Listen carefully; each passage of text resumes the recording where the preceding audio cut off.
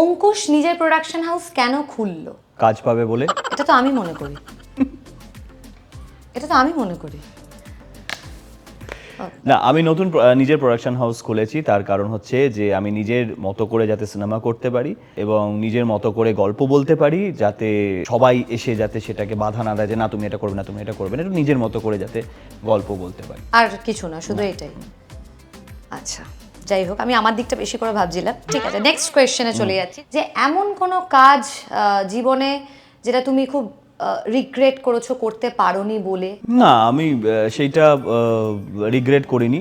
বাংলা ছবি, প্রথমে আমাকে অফার করা হয়েছিল, আমার প্রচণ্ড ইচ্ছা ছিল এই ছবিটা করার, তারপরে হঠাৎ করে দেখলাম আমাকে না জানিয়ে ওই ছবিটাতে আমি নেই, অন্য কারা সেটা করছে। কি নাম বলা যাবে? না, নাম বলা যাবে না, কারণ আছে।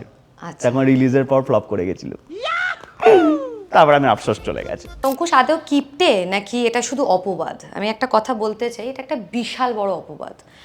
কারণ আমি মনে করি অঙ্কুশ দূর দূর থেকে কিপটে নয়, আর যারা এই অপবাদটা দিয়েছে তারা একটু লোভী বেশি।